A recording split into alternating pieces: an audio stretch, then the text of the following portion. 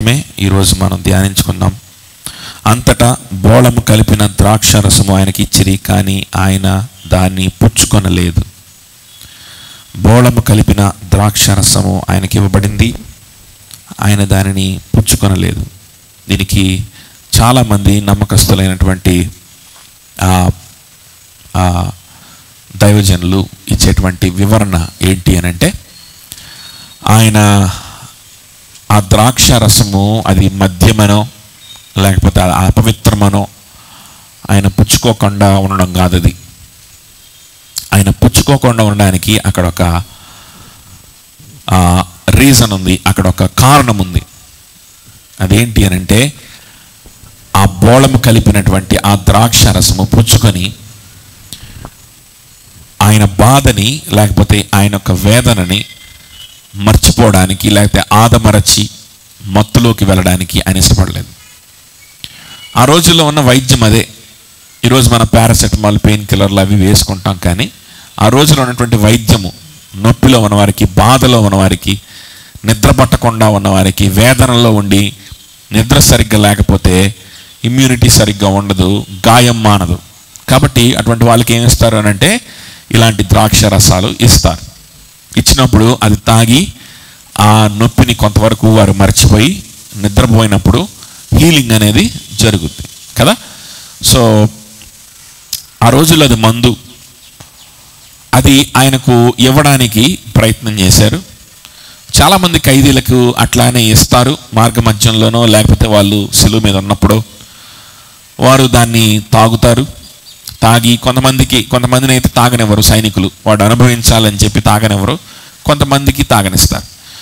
So వాళ్ళు తాగి ఆ మత్తులో ఉండి వాళ్ళు ఆ విధంగా మరణిస్తారు. ఎంత మత్తులో ఉన్న వేదనే, అది పూర్తిగా పోవడం అనేది ఉండదు, కొంతవరకు ఉపశమనం అనేది లభిస్తుంది అన్నమాట ఆ ఖైదీలకి. సో అలాగా జరుగుతూ ఉండేది. సో అలాగనే ప్రభువారికి కూడా ఇలా ఈ ద్రాక్ష రసాన్ని ఇచ్చినట్లుగా మనం ఇక్కడ చూస్తూ ఉన్నాం. కొంతమంది అక్కడ ఉండే తన పరిచారకులు కావచ్చు, స్త్రీలైన వారు కావచ్చు, మాథ్యూ హెన్రీ ప్రభుతో ఉన్నటువంటి పరిచారం చేసేటువంటి స్త్రీలు ఆ పని చేసి ఉంటారు అని అంటాడు. ఎందుకు అని అంటే, ఈ పురుషులైనటువంటి శిష్యులందరూ కూడా ఎటోళ్ళు పారిపోయారు. నా భార్య పిల్లలకి ఏమైద్దో, మళ్ళీ నన్ను వచ్చి పట్టుకుంటే నా పరిస్థితి ఏంటి, నా ఫ్యూచర్ పరిస్థితి ఏంటి, భయం వేసేసి అందరు పారిపోయారు. కానీ కొంతమంది స్త్రీలు ఉన్నారు, వారు బలంగా నిలబడి ఆ ప్రభు, నేనేమైపోయినా పర్వాలేదు కానీ నా ప్రభు, నేను ప్రేమించిన నా ప్రభు, నన్ను ప్రేమించిన మా ప్రభు ఆయన ఇబ్బంది పడుతున్నాడని వేదనతోటి వారు ఆయన్ని వెంబడించినటువంటి కొంతమంది స్త్రీలు ఉన్నారు. ఆ స్త్రీలు ఏం చేశారంట, నీ ద్రాక్షరసాన్ని ఇచ్చారని మాథ్యూ హెన్రీ గారు ఆ విధంగా చెప్పడానికి ఇష్టపడతా ఉంటాడు ఆయన కామెంటరీలో. సో ఇచ్చారు, దాన్ని పుచ్చుకుంటే ఏదో అపవిత్రమనో లేకపోతే అది ఆచారం ప్రకారం అది చేయకూడదనో ఇలాంటిది ఏది కూడా లేవు.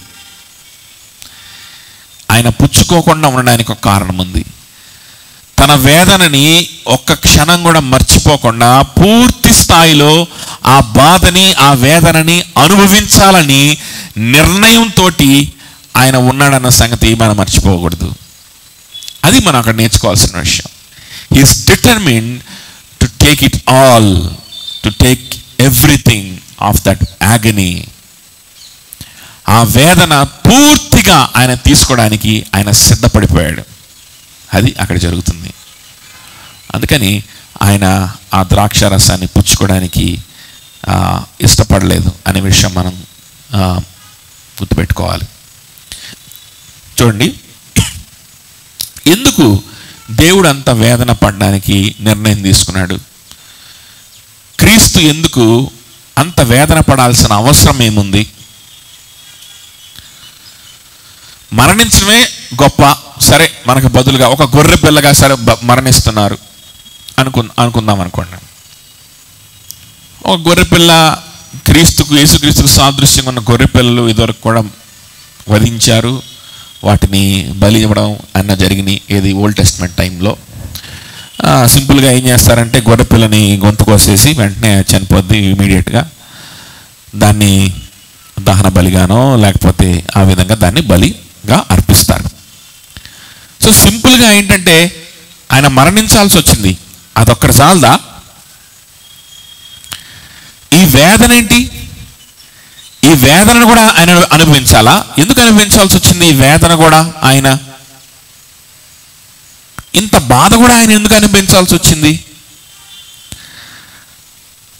అని కనుక మనం ఆలోచన చేస్తే దానికి ఆన్సర్ మనకి దేవుని గ్రంథంలో మనకి దొరుకుతుంది. చూడండి, ఇందా మనం చదువుకున్నటువంటి కీర్తనలోనే ఒక మాట మనం చదువుకున్నాం కదా. 10వ వచనంలో 103వ కీర్తన 10వ వచనంలో ఏమన్నాడు? ఆయన మన అతిక్రమము చొప్పున మనకు ఏం చేయలేదు? ప్రతిఫలం ఇయ్యలేదు, ప్రతీకారం చేయలేదు. మన అతిక్రమాల ప్రకారం మన పాపమును బట్టి మనకు ప్రతీకారం చేయలేదు, మన దోషమును బట్టి మనకు ప్రతిఫలం ఇవ్వలేదు అని చెప్పి అక్కడ మాట్లాడుతూ ఉన్నాడు కదా. మరి దోషం చేసిన వాడికి ప్రతిఫలం ఇవ్వకపోతే ఆ న్యాయాధిపతి లేకపోతే ఆ దేవుడు అసలు దేవుడు అవుతాడా? న్యాయవంతుడు అవుతాడా? పరిశుద్ధుడు అవుతాడా? ఒక న్యాయస్థానంలో, ఒక కోర్టు రూమ్లో నరహత్య చేసి చట్టాన్ని అతిక్రమించి ఉల్లంఘించినటువంటి అనేకమైనటువంటి దుష్కార్యాలు చేసినటువంటి ఒక వ్యక్తిని అక్కడ ఉన్నటువంటి న్యాయాధిపతి, అక్కడ ఉన్నటువంటి జడ్జ్ ఎవరైతే ఉన్నారో అతను ఏ శిక్ష నేను నీకు విధించదలుచుకోవట్లేదు, నువ్వు వెళ్ళిపోవచ్చని సింపుల్గా ఆ వ్యక్తిని పంపించేస్తే ఆ న్యాయాధిపతి న్యాయవంతుడు అవుతాడు అసలు? ఆ న్యాయాధిపతి అక్కడ కూర్చోడానికి, ఆ కుర్చీలో కూర్చోడానికి అర్హుడు అవుతాడా? అర్హుడని మనం అనగలుగుతామా? చెప్పండి, అనలేం కదా. ఆయన ఏమంటాం అప్పుడు? మనం ఆ జడ్జిని ఏమంటాం? ఒక పేరు పెట్టి పిలుస్తాం కదా. ఏం పిలుస్తాం? కరప్ట్ ఫెలో అంటామా? తెలుగు చెప్పాలంటే అవినీతిపరుడు, లంచగొండి అంటామా లేదా? నీతి మాలిన వాడు అంటామా లేదా? ఏది? ముద్దాయిని కాదు, నేరం చేసినోడిని కాదు. నేరం చేసినోడు వాడు అట్లాగూ నీచుడు, పక్కన పెట్టేసి నీచమైన పనులు చేశాడు. వాడిని పక్కన పెడితే వాడికి శిక్ష వెయ్యకుండా ఉన్న పాపానికి ఆ న్యాయాధిపతిని మనం ఏమని పిలుస్తాం? నీతి మాలిన నీచుడు అని పిలుస్తామా? పిలవమా? పిలవమా? చెప్పండి. పిలుస్తాం. జాన్ పైపర్ గారు ఒక ప్రసంగంలో అద్భుతమైనటువంటి ఒక ఇలస్ట్రేషన్ ఇచ్చాడు అనమాట. అది ఇలస్ట్రేషన్ అంటే అది బైబిల్లో ఉన్న స్టోరీయే. దావీదు గురించి తెలుసు కదా. దావీదు గురించి బాగా చెప్తాడు జాన్ పైపర్ గారు. దావీదు ఆయన ఒక దినాన మిట్ట మధ్యాహ్నం నిద్రపోయాడు. అందరు యుద్ధానికి వెళ్ళి యుద్ధం చేస్తూ ఉంటే ఈయనకి రిలాక్సేషన్ కావాల్సి వచ్చింది. ఒకరోజు రిలాక్స్ అవుదాం, చిల్ అవుదాం.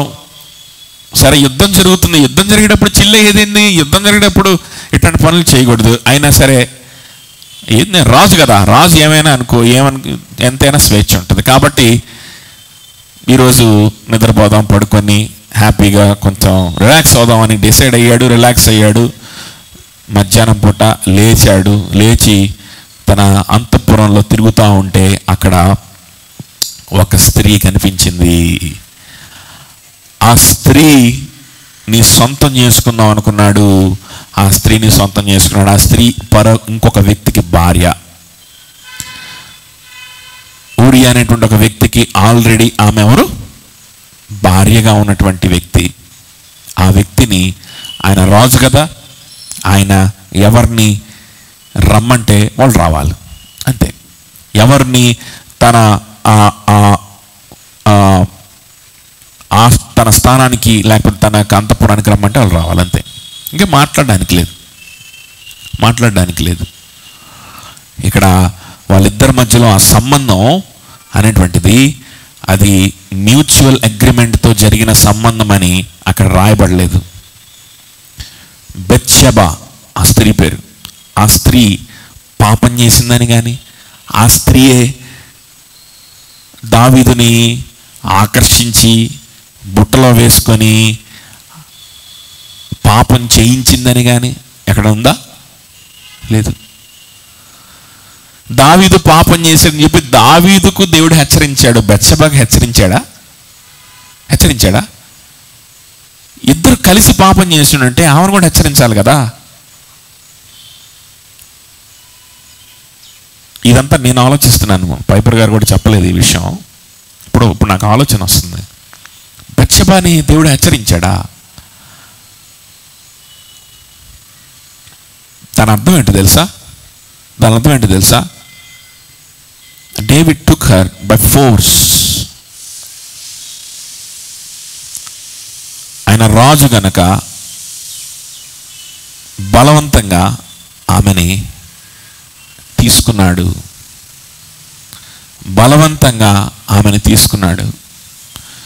తీసుకోవడం మాత్రమే కాదు, తన భర్తని చంపించాడు కదా. సరే, దావీదు నేను నీ దగ్గరే ఉంటాను, నా భర్తను చంపేద్దాం అని చెప్పి ఆమె కూడా చేతులు కలిపినట్లు బైబిల్లో ఎక్కడన్నా ఉందా? ఎందుకు చంపించావు, ఎందుకు నువ్వు ఇలా చేసావని చెప్పి నాతాను ప్రవక్త వచ్చి దావీదుని తిట్టాడు కానీ బెత్షెబా దగ్గరికి దేవుని వాక్యం వచ్చినట్లుగా కానీ హెచ్చరించినట్లుగా కానీ ఉందా? లేదు. దాని అర్థం ఏంటో తెలుసా? ఆమె ప్రేమించిన భర్తని ఆమెకు తెలిసేలాగా చంపించేశాడు. ఆమెను బలవంతంగా తీసుకున్నాడు. ఈ పని చేసి కామ్గా ఉన్నాడు దావీదు. అనుకుని ఉండొచ్చు, మనస్సాక్షిలో నొచ్చుకొని కూడా ఉండొచ్చు. నొచ్చుకొని అయ్యో ఏంటిది, సరే నా అవసరం, సరే ఎవరికి ఉండవు, కోరికలు ఉండవా, అవసరాలు ఉండవా, ఏదో చేసాములే అనుకొని నాకు రైట్ ఉంది చేయడానికి. ఇంకో విషయం జ్ఞాపకం పెట్టుకోండి, రైట్ ఉంది. As a king he can do that. దేవుని దృష్టిలో కాదు, దేవుని దృష్టిలో ఆ రైట్ లేదు, అంటే దేవుని ధర్మశాస్త్రం ప్రకారం లేదులే. కానీ ఒక రాజుగా తన మీద న్యాయం తీర్చే వాళ్ళు ఎవరు లేరు. లీగల్గా చూసుకుంటే హీ ఈజ్ అ కింగ్. ఆయన ఏది చేస్తే అదే శాసనం.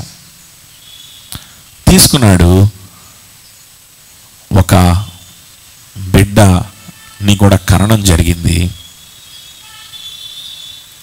చూడండి, పైపర్ గారు ఏమంటారంటే, ఆమె నీ కూతురు అనుకో బెత్షెబా, దేవుడు నాతానుకు ప్రత్యక్షమై, నాతాను ప్రవక్త నువ్వు వెళ్ళు, దావీదు దగ్గరికి వెళ్ళి నువ్వెందుకు ఈ పాపం చేసావు అని అడిగి ఏం చేద్దాం ప్రభు? అడిగిన తర్వాత దావీదుని నరికేద్దామా? దావీదుని సజీవంగా దహనం చేద్దామా? దావీదుని సలసల కాగి నూనెలో వేయించి ఏం చేసినా పాపం లేదు, వాడిని ఏం చేసినా పాపం లేదు. ఇంత ఘోరం చేసిన వాడిని ఏం చేసినా పాపం లేదు. ఏం చేద్దాం అంటే ప్రభు అంటున్నాడు, వదిలేద్దాం, విడిచిపెట్టేద్దాం, నా బిడ్డగా బ్రతకనిద్దాం, పరిశుద్ధపరుద్దాం, పాపాన్ని తీసేద్దాం, పరిశుద్ధంగా మారుద్దాం. ఎవరన్నా ఒప్పుకోగలరా దీన్ని? ఇది ఎంత అన్యాయం ఇది.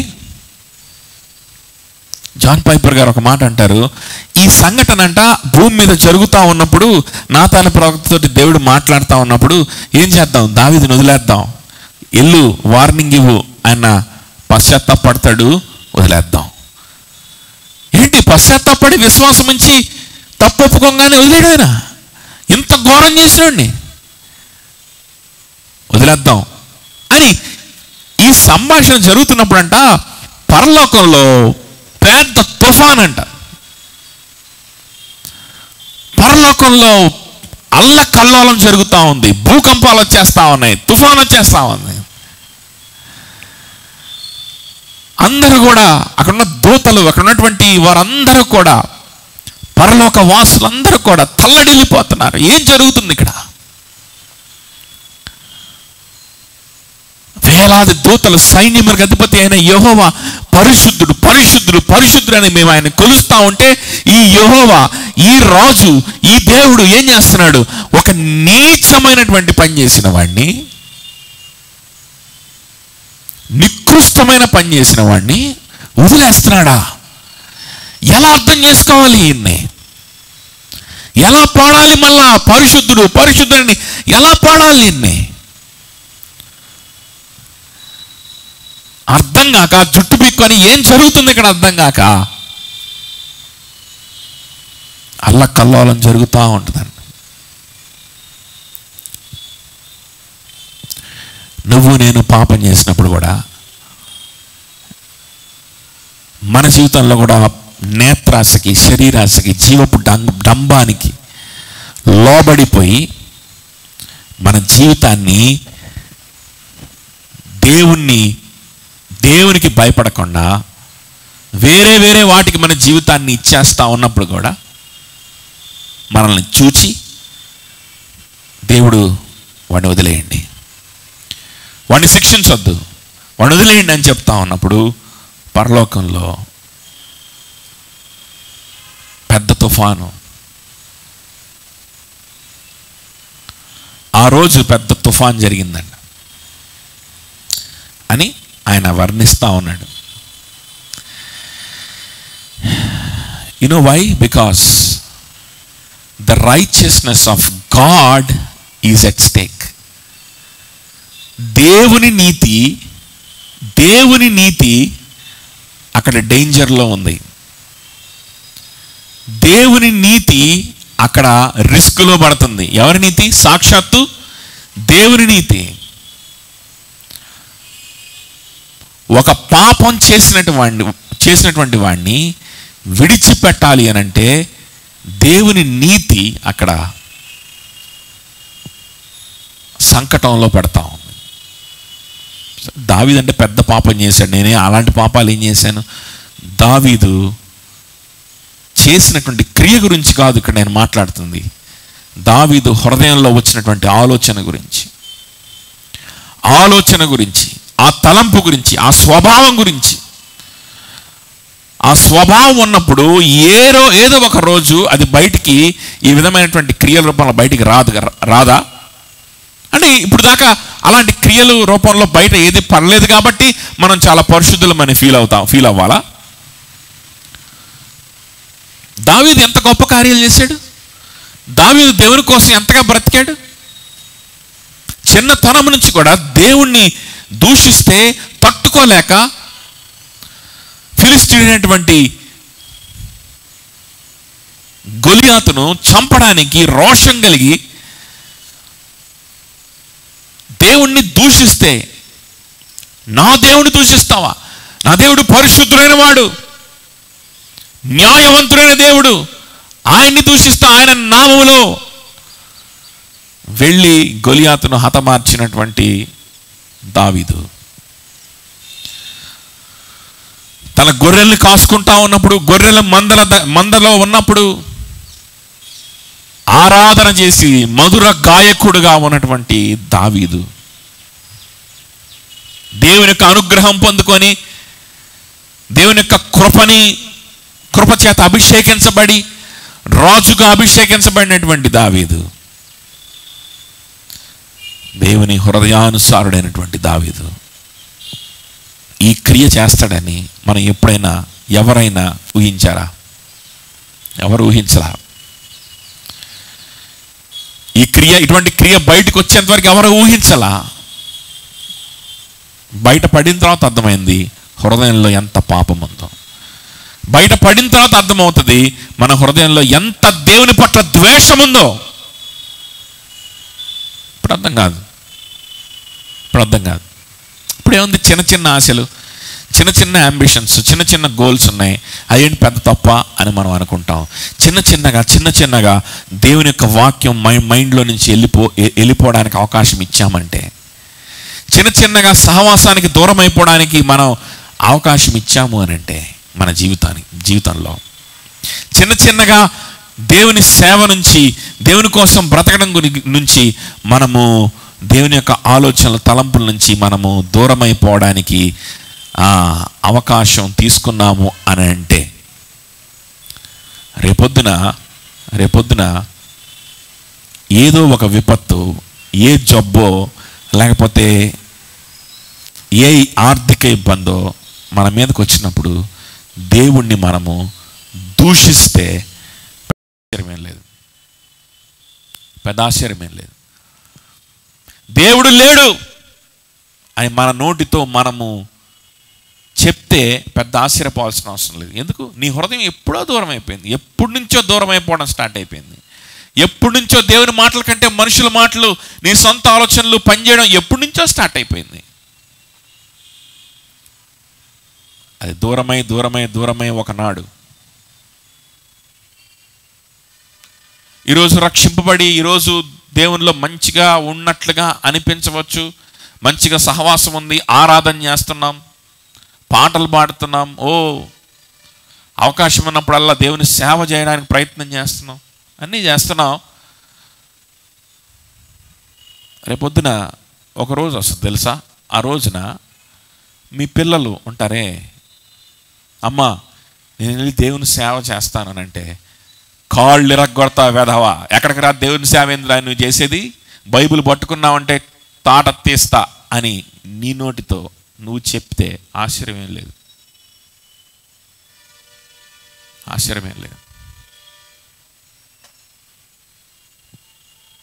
నేనెందుకు చెప్తాను అట్లాగా? నేనేమన్నా నాస్తికుడినా? నేనెందుకు చెప్తాను అట్లాగా? నేనేమన్నా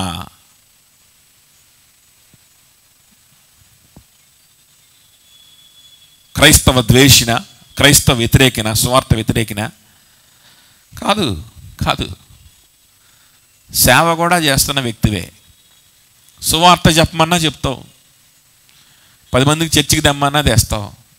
అలాంటి వ్యక్తివి. ఆ రోజు పెద్ద దూరంలో లేదు.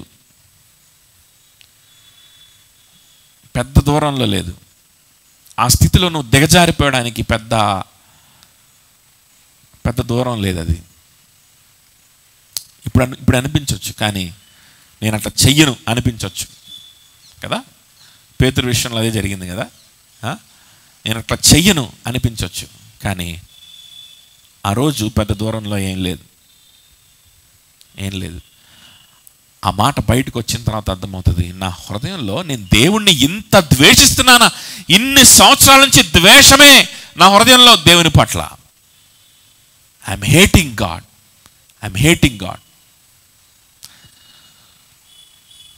సో ఇటువంటి వ్యక్తుల్ని, ఇటువంటి పాపాలని చూసి చూడనట్లుగా వదిలేస్తూ ఉంటే, ఇటువంటి ఆలోచనల్ని, ఇటువంటి హృదయాల్ని చూసి చూడనట్లుగా వదిలేస్తూ ఉంటే, ఆ దేవుడు అవుతాడా?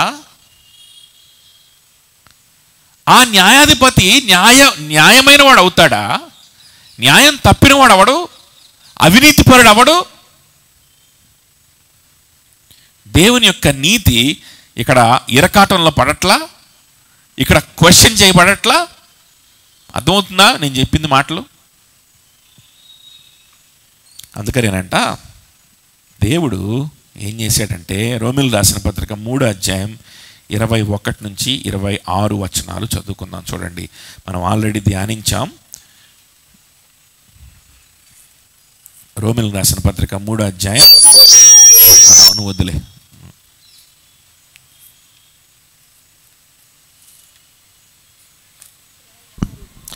3వ అధ్యాయం 21 నుంచి 26 దాకా. ఇట్లుండగా ధర్మశాస్త్రమునకు వేరుగా దేవుని నీతి బయలుపరచబడుచున్నది. దానికి ధర్మశాస్త్రమును ప్రవక్తలను సాక్ష్యమిచ్చుచున్నారు.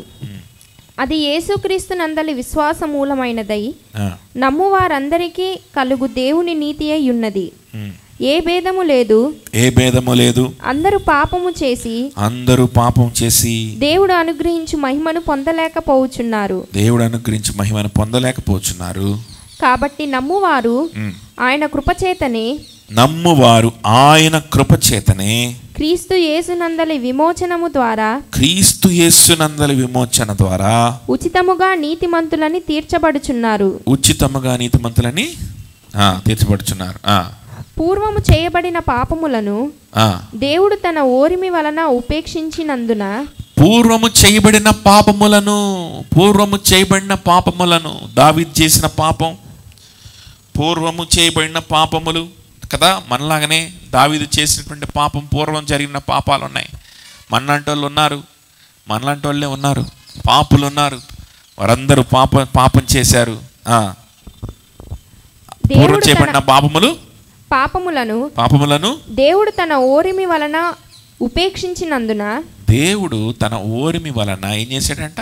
ఉపేక్షించాడు. కాబట్టి ఆయన తన నీతిని కనుపరచవలెనని. చూడండి, దేవుడు తన ఓరిమి వలన ఉపేక్షించినటువంటి పాపాలు ఉన్నాయా లేవా? మన పాపాలని ఆయన ఓరిమి వలన ఉపేక్షించాడా? మన ముందున్నటువంటి మన పితరుల యొక్క పాపాలని ఆయన ఓరిమి వలన ఉపేక్షించాడా? ఇంకా క్రీస్తు ఈ లోకానికి రాక మునుపు కూడా ఉన్నటువంటి వ్యక్తులు, దావీదు వంటి వ్యక్తులు, వారు చేసినటువంటి పాపాలని ఆయన ఓర్పుతోటి ఉపేక్షించాడా లేదా? ఉపేక్షించాడు కాబట్టి, ఇందాక మనం మాట్లాడుకున్నట్లు ఆయన ఉపేక్షించాడు కాబట్టి ఆయన నీతి ప్రశ్నార్థకమవుతుంది. ఆయన న్యాయవంతుడేనా అనే ప్రశ్న వస్తుంది. ఆయన నీతిమంతుడేనా అవినీతిపరుడా అనే ప్రశ్న వస్తుంది. ఆ ప్రశ్న వస్తుంది కాబట్టి ఆయన నీతిమంతుడుగా అగుపడవలెను. ఆ ప్రశ్న వస్తుంది కాబట్టి ఆయన ఎలా అగుపడాలి? నీతిమంతుడుగా కనపడాలి. ఆయన తన నీతిని కనపరచవలనని క్రీస్తు యేసు రక్తమునందలి ఆయన నీతిని కనపరచవలనని క్రీస్తు యేసు రక్తమందలి విశ్వాసము ద్వారా ఆయనను కరుణాధారముగా బయలుపరచెను. దేవుడు అప్పటి కాలమందు తన నీతిని కనపరచు నిమిత్తము తాను నీతిమంతుడును యేసునందు విశ్వాసము గలవానిని నీతిమంతునిగా తీర్చువాడును యుండుటకు ఆయన అలాగు చేసెను. ఆయన నీతిమంతుడుగా ఉండడానికి, విశ్వాసం ఉంచిన వాళ్ళని నీతిమంతులుగా చేయడానికి, so that he can be just and the justifier of the one who has faith in Jesus, so that he might be just and justifier. ఆయన నీతిమంతుడుగా ఉండాలి, నీతిమంతులుగా తీర్చాలి విశ్వాసం ఉంచిన వారిని. అందుకు అలాగు చేశాడంట. ఎలాగు చేశాడు అనంటే యేసు క్రీస్తుని ఆయన మరణానికి అప్పచెప్పాడు కదా. 25వ వచనం, పూర్వము చేయబడిన పాపములను దేవుడు తన ఓరిమి వలన ఉపేక్షించినందున ఆయన తన నీతిని కనపరచవలెనని క్రీస్తు యేసు రక్తమునందలి విశ్వాసము ద్వారా ఆయనను కరుణాధారముగా బయలుపరచెను. దేవుడు అప్పటి కాలమందు ఆయన్ని కరుణాధారముగా బయలుపరచెను కదా. ఆ మాట మొత్తం కలిపేసి రాయబడినట్టుంది తెలుగులో, కొంచెం ఇంగ్లీష్లో. For all have sinned and fall short of glory of God and are justified by his grace as a gift through the redemption that is in Christ Jesus, whom God put forward as a propitiation by his blood. Whom God has put forward. ఆయన అనుగ్రహించెను అనుందా? క్రీస్తును ప్రభు ఏం చేశాడంట, లేకపోతే క్రీస్తును దేవుడు ఏం చేశాడంట, ఆయనను అందరి ముందు పెట్టాడు, బహిరంగంగా పెట్టాడు, బాహాటముగా ఈ క్రీస్తును, యేసు క్రీస్తును ఆయన ఉంచాడు అందరి కళ్ళ ముందు. ఎందుకో తెలుసా? ఆయన నీతిమంతుడుగా ఉండుటకు, మనల్ని నీతిమంతులుగా చేయుటకు. So that he can be just and that he can make us and he can that so that he can be justifier for us. ఎందుకంటే మనల్ని నీతిమంతులుగా తీర్చాలనంటే ముందు ఆయన నీతిమంతుడుగా ఉండాలి. ఆయన నీతిమంతుడు కాకపోతే మనల్ని నీతిమంతుడిగా ఎలా తీరుస్తాడు?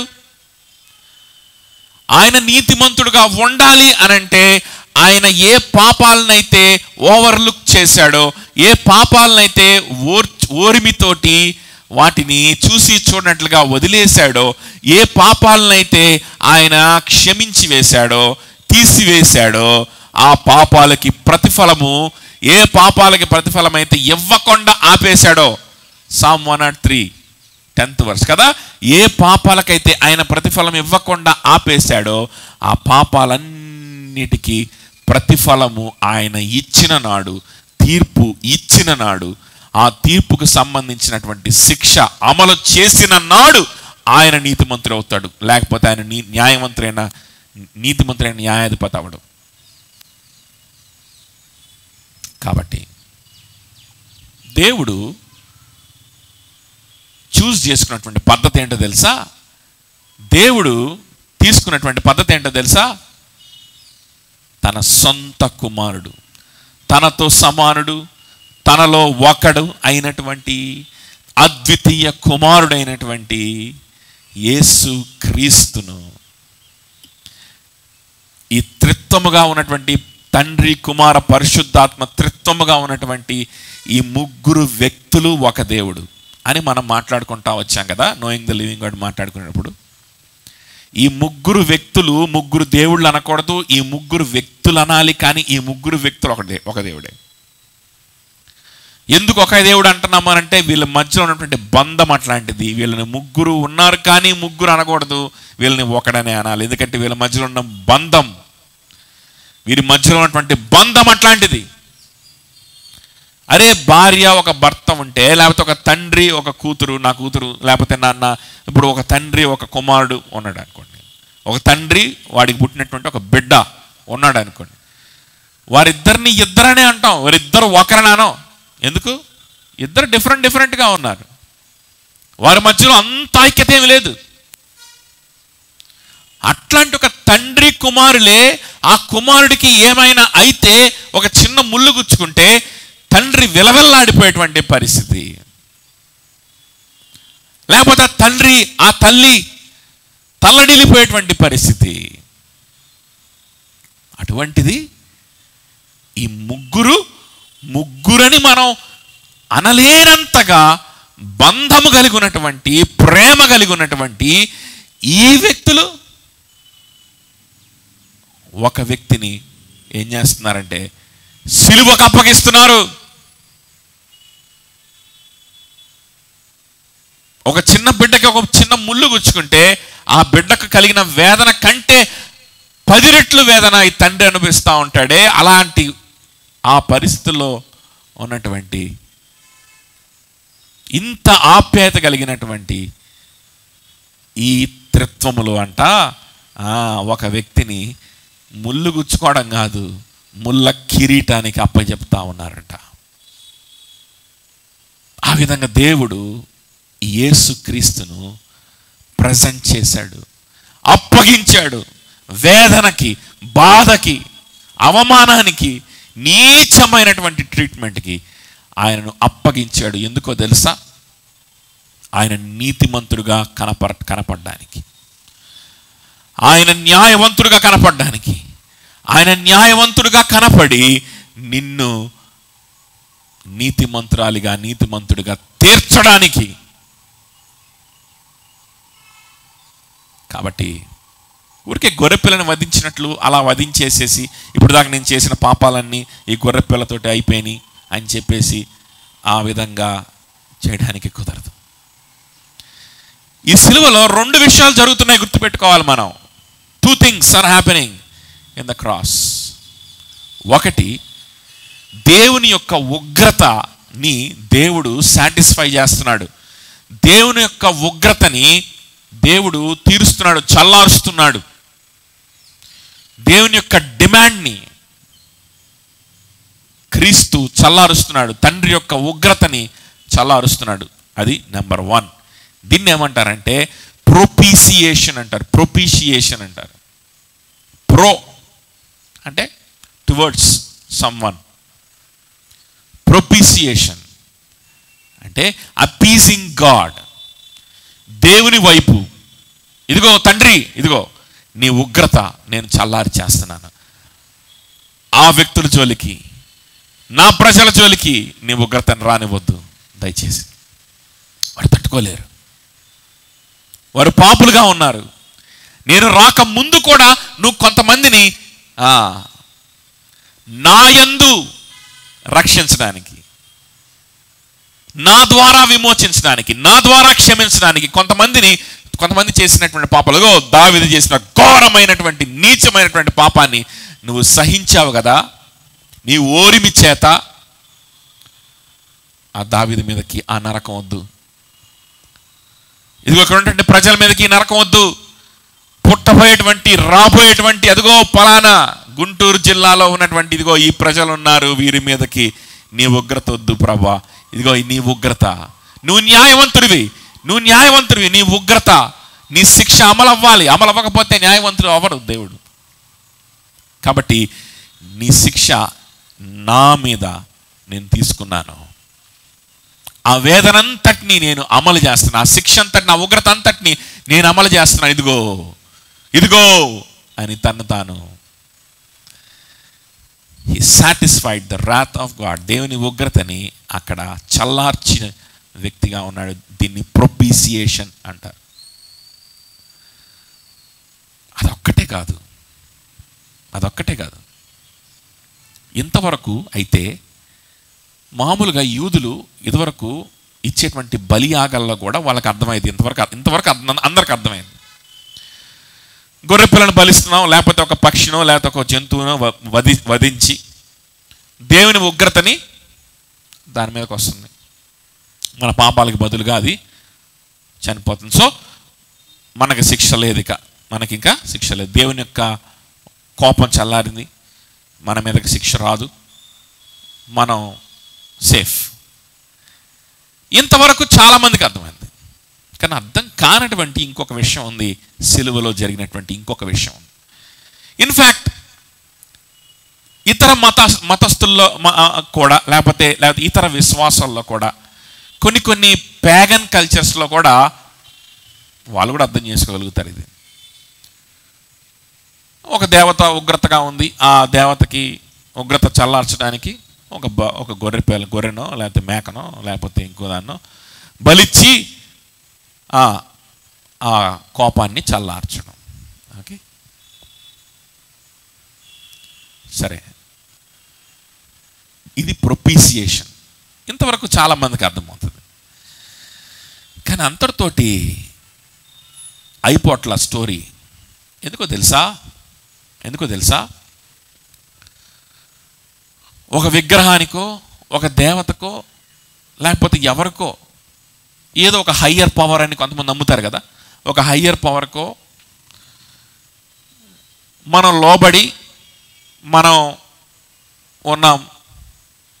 ఆ విధంగా లోబడి ఉండేవాళ్ళు చాలామంది ఉన్నారు చరిత్రలో. చాలా కల్చర్స్ ఉన్నాయి, చాలా నాగరికతలు అని కూడా అనకూడదు. కొంతమంది తెగలు కొన్ని విశ్వాసాలు కలిగి ఉన్న వాళ్ళు ఉన్నారు. వాళ్ళు ఏం చేసేవాళ్ళు అని అంటే ఆ హయ్యర్ పవర్ని ప్రసన్నం చేసుకోవడానికి, ఓకే, అది ఎవరైనా ఏదైనా కావచ్చు, ప్రసన్నం చేసుకోవడానికి ఆ హయ్యర్ పవర్కి ఒక విగ్రహాన్ని నిర్మించి ఒక ఆలయాన్ని నిర్మించి అక్కడ బలులు అర్పించి కదా, మేకని, కొంతమంది అయితే ఏకంగా మనుషుల్ని కూడా బలిచ్చేసి ఆ హయ్యర్ పవరు లేకపోతే ఆ ఉన్నతమైన శక్తి, whoever it might be, satisfy అయ్యింది, దాని యొక్క కోపం తీరింది, మనం సేఫ్ అయిపోయాం. ఇక మన గూడెంలోకో, మన గూడెం మీదకో, లేకపోతే మన యొక్క ఊరి మీదకో, మన యొక్క దేశం మీదకో తెగుళ్ళు, జబ్బులు కానీ ఏ కీడు కానీ ఇక్కడ రావు, లేకపోతే వస్తాయి. మనం ఏం చేసేసాం? ఇప్పుడు ఆ మేకని వధించి తన ఉగ్రతని మనం ఏం చేసామంటే సాటిస్ఫై చేసేసాం, అయిపోయింది. సో తనకు కావాల్సింది మనం చేయలా. సో తనకు కొన్ని కోరికలు ఉన్నాయి, ఆ కోరికల్ని మనం నెరవేర్చలేకపోయాం. ఆమె కోపం వచ్చింది, తీసాం, వేసేసాం, బలిచ్చాం, ఓకే సాటిస్ఫై అయింది, మనకు వచ్చే కీడు ఆగిపోయింది, finish. This is a business transaction. అర్థమవుతుందా? అక్కడ మనం చూస్తుంది ఎవరో తెలియనటువంటి ఒక శక్తి, మనుషులు కల్పించుకున్నటువంటి ఒక శక్తి, మనుషుల మనస్సుల్లో మాత్రమే ఉంది, అది నిజమైన శక్తి కాదు. మనుషుల మనస్సుల్లో మాత్రమే ఉన్నటువంటి ఒక శక్తి, ఒక విగ్రహం, లేకపోతే ఒక concept, what ever it might B. మనుషులు తయారు చేసుకున్నారు కాబట్టి ఆ శక్తికి కూడా మానవ సంబంధమైన స్వభావాలు ఉంటాయి. మనుషుల్లాగానే స్వార్థం ఉంటుంది, మనుషుల్లాగానే కోరికలు ఉంటాయి, మనుషుల్లాగానే ప్రవర్తిస్తూ ఉంటుంది.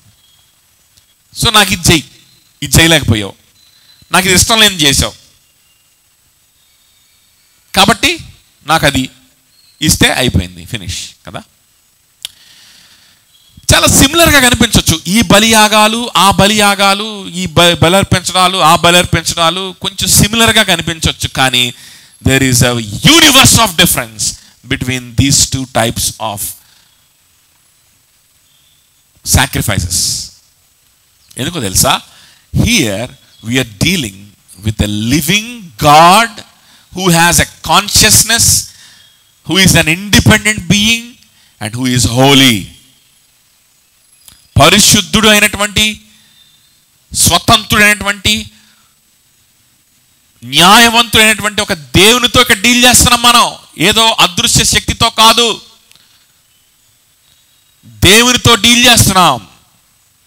ఈయన న్యాయవంతుడైన దేవుడు. నాకు ఇష్టం లేకుండా ఇది చేశారు కాబట్టి నాకు ఇది ఇచ్చేసేయండి, ఈ రెండు టాలీ అయిపోద్ది, లెక్క సరిపోద్ది అనేవాడు కాదు. ఆయన జీవిస్తున్న దేవుడు, జీవము కలిగిన దేవుడు, వ్యక్తిగా ఉన్న దేవుడు. ఇది చేసావు, దీని బదులుగా ఇచ్చేయి, టాలీ అయిపోద్ది అనేవాడు కాదు ఇక్కడ.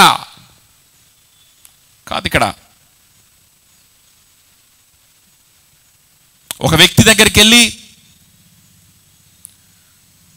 ఆ వ్యక్తి దగ్గర నువ్వు అప్పు చేసి తీసుకున్నావు కొంత డబ్బు, లేకపోతే ఒక వ్యక్తి దగ్గర అడిగి తీసుకున్నావు డబ్బు, ఆ డబ్బు నువ్వు ఇవ్వలేకపోతున్నావు. ఆ వ్యక్తి ఏం చేయొచ్చు? పోలీస్ కేసు పెట్టచ్చు కదా. అప్పుడు నువ్వేం చేస్తావు? ఇంకొకటి దగ్గర ఎక్కడో అప్పు చేసి మళ్ళీ వీడికి ఇచ్చేయచ్చు. అంతటితో వాడి లెక్క క్లియర్ చేయొచ్చా, చేయకూడదా? చేసేయచ్చు, అయిపోద్ది. కానీ ఇది అట్లాంటి అప్పు కాదు. అలాంటి అప్పు కూడా చేసాం మనం దేవుని దగ్గర. ఆ అప్పు తీర్చేయడాన్నే ఏమంటారు అంటే ప్రొపీసియేషన్. దేవుని యొక్క నియమాన్ని అతిక్రమించాం, చేయొద్దన్నదాన్ని చేశాం, దానికి రావాల్సినటువంటి శిక్ష ఉంది. అది యేసుక్రీస్తు అనుభవించాడు, దేవుని ఉగ్రతను చల్లార్చాడు. ప్రొపీసియేషన్ జరిగిపోయింది, అప్పు తీరిపోయింది. కానీ ఇక్కడ ప్రాబ్లం ఏంటో తెలుసా?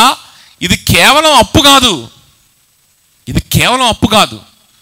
మనం ఒకరి దగ్గరికి వెళ్ళాం, నేను అవసరతలో ఉన్నాను, డబ్బులు అని అడిగితే వాడు ఇచ్చాడు, మళ్ళా తిరిగి కట్టమంటే మనం వాడి ఇంటికే కన్నం వేసి, వాడి ఇంట్లో ఉన్నటువంటి భార్య పిల్లల్ని గొంతు కోసి చంపేసి, వాడి బీరువాలో ఉన్నటువంటి, వాడి లాకర్లో ఉన్నటువంటి డబ్బులు ఇంకొన్ని తీసుకొని పారిపోయింది.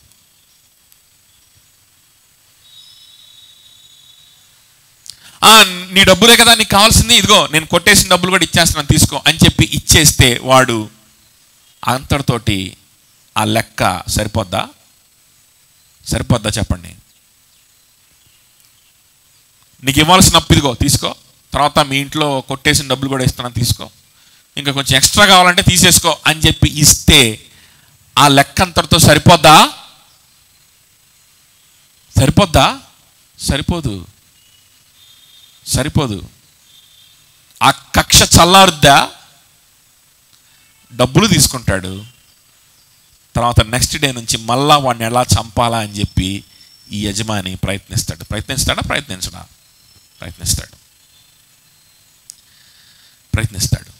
అప్పు తీరిపోయింది, కానీ నీ మీద ఉన్నటువంటి శాపం, నీ మీద ఉన్నటువంటి పాపం, నీ మీద ఉన్నటువంటి గిల్ట్ ఇంకా నీ నెత్తి మీదే ఉంది. నీ నెత్తి మీదే ఉంది. నువ్వు కేవలం అప్పు చేసి పారిపోలేదు, నువ్వు ఆ వ్యక్తిని ద్వేషించావు. నీకు సహాయం చేసిన వ్యక్తిని ద్వేషించి ఆ వ్యక్తికి నువ్వు కీడు చేశావు. That is what you have done. That is what you and me have done. మనం చేసింది అది. కేవలం ఇదిగో ఈ ఆజ్ఞని మీరితే, దేవుని ఆజ్ఞను మీరడం అనంటే, ఓ పొరపాటున నేను ఇది చేయొద్దన్నావా, చేసేసాను ప్రభా. ఓ పండు తినొద్దన్నాడు దేవుడు, ఓ పొరపాటున తినేసాను ప్రభా, కక్కేయమంటావా? కక్కేస్తాను. లేకపోతే ఏం చేయమంటావు చెప్పు, ఏం చేయమంటావు చెప్పు, చేసేస్తాను. ఏం చేయమంటావు? గొర్రెపిల్లని బలిమ్మంటావా? ఇచ్చేస్తాను, అందరితో సెటిల్ చేసుకుందాం ప్రభా అంటే, నో, నేను ఆ పండు తినొద్దన్నప్పుడు నువ్వు తిన్నావు అని అంటే దాని అర్థం ఏంటో తెలుసా? నీ హృదయంలో ఉన్నటువంటి, నీకు ఏదేను వనం లాంటి జీవితాన్ని ఇచ్చి, నీకు సమస్తము ఇచ్చి, తన క్రియలు తన ప్రజల ఎదుట ఏం చేశాడంట? ఆయన తన క్రియల్ని చూపించాడని మనం చదువుకున్నాం కదా 103వ కీర్తనలో. ఆ విధంగా నీతో ఆయన ప్రవర్తించిన తర్వాత, ఇదిగో ఇది నేత్రాశ, ఇది శరీర జీవపు డంబమని నీకు చిలక్కి చెప్పినట్టు నేను ఒళ్ళో కూర్చోబెట్టుకొని, ఇది పాపం అమ్మా, ఇది పాపం, ఇది దీన్ని చెయ్యొద్దు, ఇదిగో నీకు కావాలంటే చూడు ఎంత సంతోషం ఇచ్చాను నేను నీకు, చూడు ఎంత గొప్ప పరలోక రాజ్యం సిద్ధపరుస్తున్నానో అని అట్టిపండు ఒలిచి నోట్లో పెట్టినట్లుగా ఆయన వాక్యం ద్వారా మనకు అర్థమయ్యేలాగా చేసి, అర్థం చేసుకునే స్థితి కూడా మనకు లేకపోతే, మన హృదయాన్ని ఆయన తెరవడానికి ఆయన సువార్తను ఇస్తూ ఉంటే, నేనున్నాను, ఈ సృష్టిని చూడు, ఈ ఆకాశాన్ని చూడు, ఆయన ఉన్నాడన్న సంగతిని నీకు తేటగా తెలియజేస్తున్నాడు. ఫస్ట్ పాయింట్, ఆయన ఆజ్ఞలు ఏంటి, ఆయన యొక్క స్వభావం ఏంటి అనేది నీకు స్పష్టంగా తెలియజేస్తున్నాడు. ఇంత స్పష్టంగా తెలియజేస్తుంటే మనం ఏం చేస్తున్నాం? ఆయన ప్రేమంతటిని మర్చిపోయి ఆయనకి సంబంధం లేకుండా బ్రతకడానికి ప్రయత్నం చేస్తున్నాం. సంబంధం లేకుండా బ్రతకడానికి ప్రయత్నం చేస్తూ ఒకరోజు ఏమైంది అని అంటే, ఆ పండును తినడం జరిగింది మానవుడు. మన జీవితంలో జరుగుతుంది అది కాదా? ఎందుకు పాపం చేస్తున్నాం? ఎందుకు బలహీనతలో పడుతున్నాం? Because it just happened like that. No, ఊరికే జరిగిందండి, పాపం జరిగిపోయింది, తెలియకుండా జరిగిపోయింది. అయ్యో, ఏం చేయాలి ఇప్పుడు? కానుకేయమంటావా? ఏం చేయమంటావు చెప్పు, చేసేస్తాను, లెక్క సెటిల్ చేస్తాను. నో, నువ్వెందుకు ఆ పని చేసావు తెలుసా? తెలియకుండా చేసావని భ్రమపడద్దు. నువ్వెందుకు ఆ పని చేసావు తెలుసా? దేవుడు నా జీవితంలో ఉండకూడదు, దేవుడు అంటే నాకు కంపరం, నాకు అసహ్యం, నా జీవితంలో ఆయన జోక్యం చేసుకోవడం నాకు ఇష్టం లేదు, నా ప్రణాళికల్లో జోక్యం చేసుకోవడం ఇష్టం లేదు. నేను ఏది కరెక్ట్ అనుకుంటున్నానో అది నేను చెయ్యాలి, దానికి అడ్డం రావడం నాకు ఇష్టం లేదు. I hate God for doing so. నీ హృదయంలో, నా హృదయంలో ఉన్నటువంటి ఆలోచన ఇది.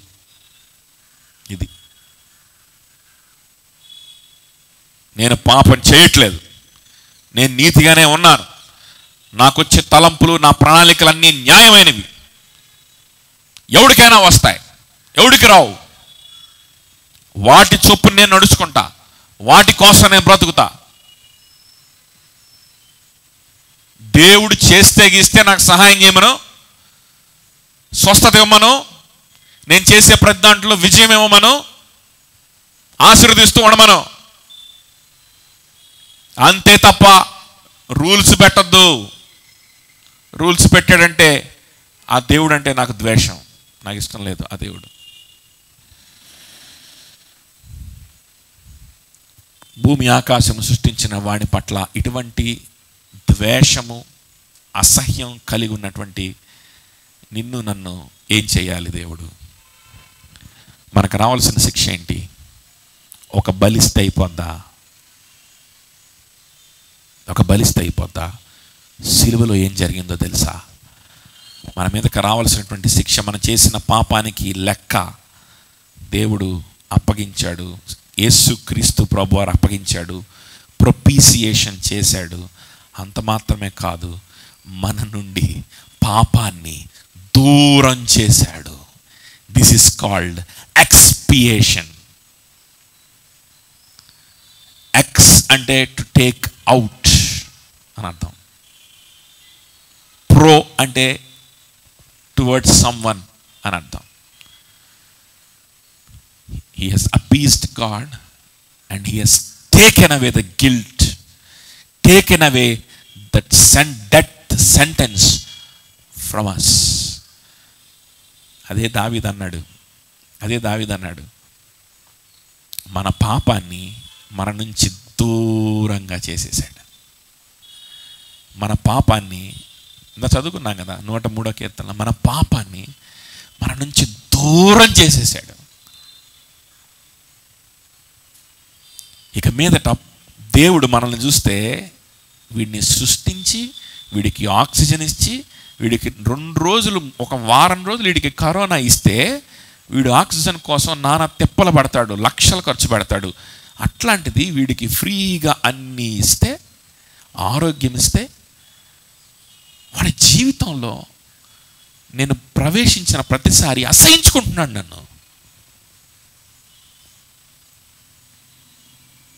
నన్ను అసహించుకుంటున్నాడు, నన్ను నీచంగా చూస్తున్నాడు. వీడిని నేను ఎలా వదిలిపెట్టాలి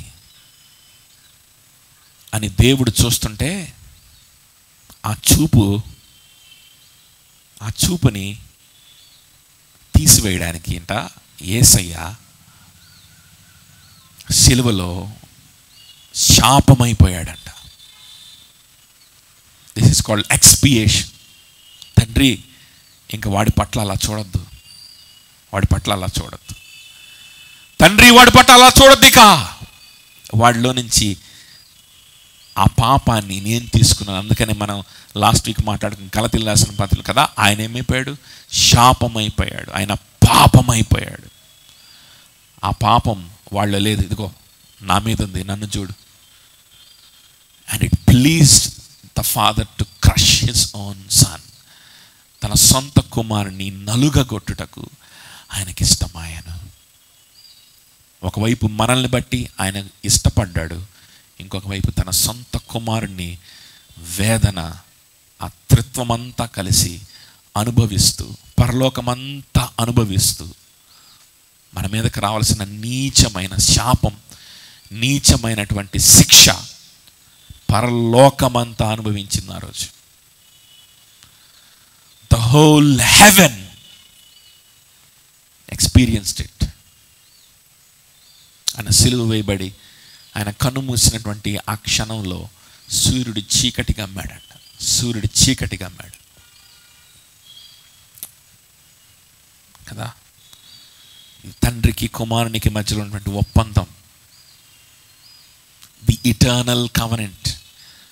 దీన్ని ఇటర్నల్ కవనెంట్, నిత్య నిబంధన అంటారు. దీనికి ఇంకొక పేరేంటంటే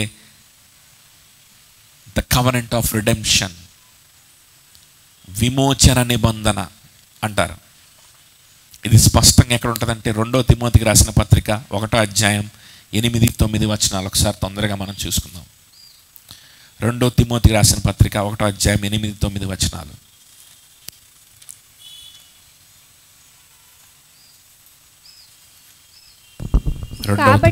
కాబట్టి నీవు మన ప్రభువు విషయమైన సాక్ష్యమును గూర్చి అయినను ఆయన ఖైదీనైన నన్ను గురించి అయినను సిగ్గుపడక దేవుని శక్తిని బట్టి సువార్త నిమిత్తమైన శ్రమానుభవంలో పాలుపడమై ఉండుము. మన క్రియలను బట్టి కాక తన స్వకీయ సంకల్పమును బట్టి అనాది కాలముననే క్రీస్తు యేసునందు మనకు అనుగ్రహింపబడి ఉన్నది. క్రీస్తు యేసును మన రక్షకుని ప్రత్యక్షత వలన బయలుపరచబడినదైన తన కృపను బట్టి మనల్ని రక్షించి పరిశుద్ధమైన పిలుపుతో ఆయన మనల్ని పిలిచెను. ఆ క్రీస్తు యేసు మరణము నిరర్ధకము చేసి జీవమును అక్షయతను సువార్త వలన వెలుగులోనికి తెచ్చెను. ఎప్పుడు జరిగిందంటే ఇది అనాది కాలముననే క్రీస్తు యేసునందు మనకు అనుగ్రహింపబడింది. అనాది కాలముననే క్రీస్తు యేసునందు అనుగ్రహింపబడి. కాబట్టి నేను ఖైదీనై ఉన్నాను యేసయ్య కోసం. నేను శ్రమ అనుభవిస్తున్నాను. నా ఉద్యోగాన్ని వదిలేశాను, నాకున్న బిజినెస్ వదిలేశాను, నాకున్నటువంటి టైటిల్స్ వదిలేశాను, నాకున్నటువంటి రోమన్ సిటిజన్షిప్ వీటన్నింటినీ నేను పెంటతో సమానంగా ఎంచుకొని నేను వదిలేసి ఖైదీగా నేను ఒక జైల్లో పడి ఉన్నాను. నువ్వు అనొచ్చు, ఏంటి పౌలు, ఏంటి నీ జీవితం వల్ల ఉపయోగం? చాలామంది అంటున్నారు కూడా, నీ జీవితం వల్ల ఉపయోగం ఏంటి? గొప్పగా ఉండాలి కానీ ఇట్లాగుంటే అట్లా. కానీ చాలామంది అంటున్నారు, నువ్వు మాత్రం సిగ్గుపడద్దు తిమోతి, నువ్వు సిగ్గుపడద్దు. నేను ఖైదీనై ఉన్నాను, సంఖ్యలు ఉన్నాయి, నువ్వు సిగ్గుపడద్దు. ఎందుకో తెలుసా? దీనికంటే నీచమైనటువంటి శిక్షకి మనం అర్హులం. ఆ శిక్ష మన మీదకి రాలేదు కానీ దేవుని రాజ్య వారసులుగా మనల్ని దేవుడు చేసుకున్నాడు. ఇది నిత్య సంకల్పం. అనాది కాలముననే తండ్రికి కుమారుడికి మధ్య జరిగినటువంటి ఒప్పందం జ్ఞాపకం చేసుకో. యేసయ్య నా కోసం చిరకను తీసుకోకుండా, ద్రాక్షరసను తీసుకోకుండా నా మీదకి రావాల్సిన వేదనంతటినీ ఆయన భరించి ముగించడానికి ఆయన తీర్మానం చేసుకున్నాడు. మధ్యలో ఆపడానికి ఆయన ఇష్టపడలేదు. అది జ్ఞాపకం చేసుకో. ఇది అనాది కాల సంకల్పం అని తిమోతికి పౌలు నేర్పిస్తూ ఉన్నాడు. So this is the reason why Jesus did not stop. This is the reason why Jesus did not receive